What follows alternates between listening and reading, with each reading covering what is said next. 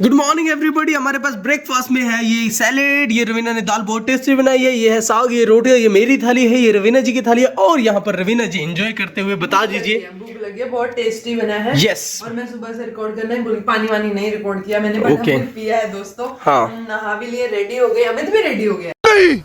मैं नहीं मानता। तो दोस्तों मैं भी रेडी हूँ। एक्चुअली आज हम भूल गए, हम बहुत लेट सोए थे, फिर लेट उठे हैं। उसके जस्ट बाद मुझे ये हो गया फटाफट से जो है नहाना है और पानी पी के फ्रेश होके नहा लिया मैं फटाफट से, क्योंकि मैं टेस्ट करके बताता हूँ।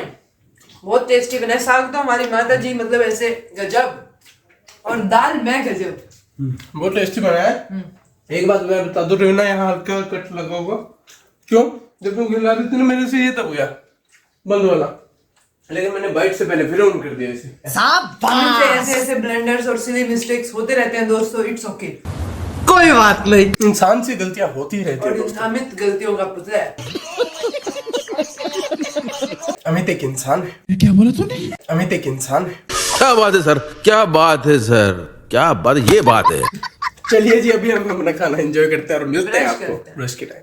तो दोस्तों रवीना ब्रश कर रही है और मैं शुरू करने वाला हूँ। ये सब क्या देखना पड़ रहा है? क्या क्या करना पड़ता है, डोंट टेक। ये लीजिए दोस्तों, शाम के 7:15 हो गए हैं, आ गए हैं सर जी।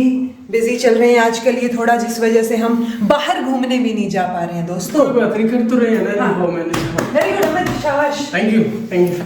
ठीक है, तो दाल सुबह वाली बची हुई है, मैंने रोटी बना दी है, तो दाल रोटी खाते हैं, थोड़ा काम करके फिर वॉक पे जाते हैं बाहर, फिर आपसे बात करते हैं।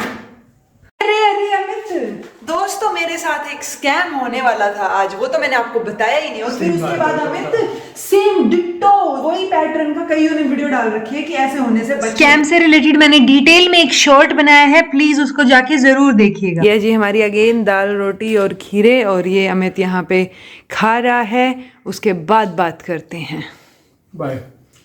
Hello everybody. तो रात के ऑलमोस्ट 11:15 हो रखे, 11:15 नहीं 11:15 हो रखे हैं और हम 45 मिनट्स की ब्रिस्क वॉक कर रहे हैं। अब हमें ऑलमोस्ट 20 मिनट्स हो गए हैं। तो अभी हम ये था कि हमें खाना वगैरह खा लिया, तो रवीना ने किचन साफ़ कर दिया एकदम, दिवाली के उपलक्ष्य में ना मस्त चमका दिया है। और रवीना जी कुछ बोलना चाहेंगे? नहीं बोलना चाहेंगे? आज आप चुप चुप हैं, क्यों? बस ऐसे ही, बस ऐसे ही क्यों? टाइम नहीं रह सकते ना ऐसे हंसते हंसते और चिल्लाते हुए, क्यों? बस ऐसे ही।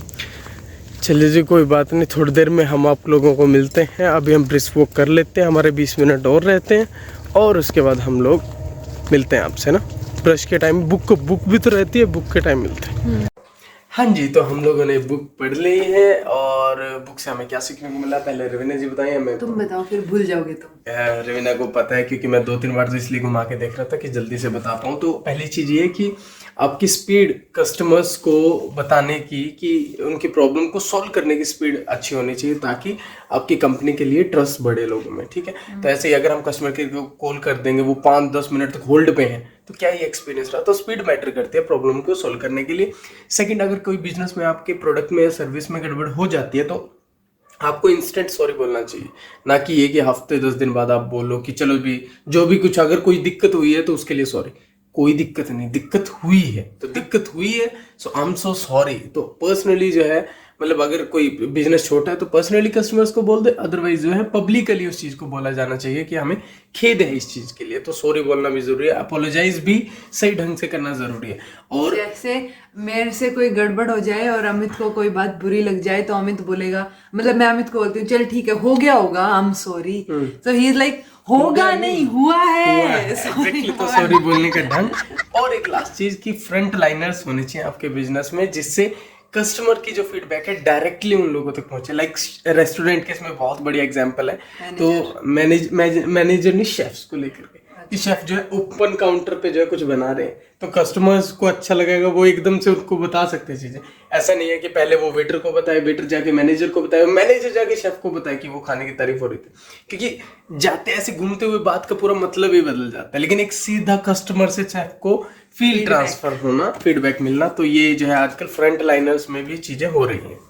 तो श्री कृष्ण भगवान ने जैसा कि बोला था कि जन्म तो सबका ही अलग अलग होता है, अनेकों जन्म होते हैं, बस बात इतनी सी, मुझे याद रहती हैं सारी चीजें, स्मरण रहते हैं मैं जिन जिन जन्मों में, मैंने जिन जिन अवतारों में जन्म लिया है। ठीक है, दूसरा इनका कहना है कि मैं वैसे तो अजन्मा और अविनाशी हूँ, ठीक है। लेकिन और मैं सभी लोगों का स्वामी भी हूँ, देखा जाए तो सारे जीवों का, बट फिर भी मैं जो है एक दिव्य रूप में हर जन्म में प्रकट होता हूँ, ठीक है। तो हर बार वो जन्म लेते हैं, ऐसा इनका हर कहना जन्म है। में प्रकट होता है, हर युग में बोलते हैं ऐसे कुछ। मतलब हर प्रत्येक युग में मैं दिव्य रूप में प्रकट होता हूँ, यानी कि हर एक युग में मैं अलग अलग सतयुग, कलयुग, द्वापर युग, इनमें ऐसा। किसी ना किसी। तब वो बोलते हैं कि जहां पर भी धर्म का पतन होगा और अधर्म की प्रधानता होने लगेगी, वहां पर जो है तब मैं अवतार लूंगा और लेता हूँ, बेसिकली लूंगा भी नहीं, लेता हूँ, और भक्तों का उद्धार करने के लिए और दुष्टों का विनाश करने के लिए, और वापस से जो अधर्म हो गया है ना, वापस से धर्म की स्थापना करने के लिए मैं हर युग में प्रकट होता हूँ।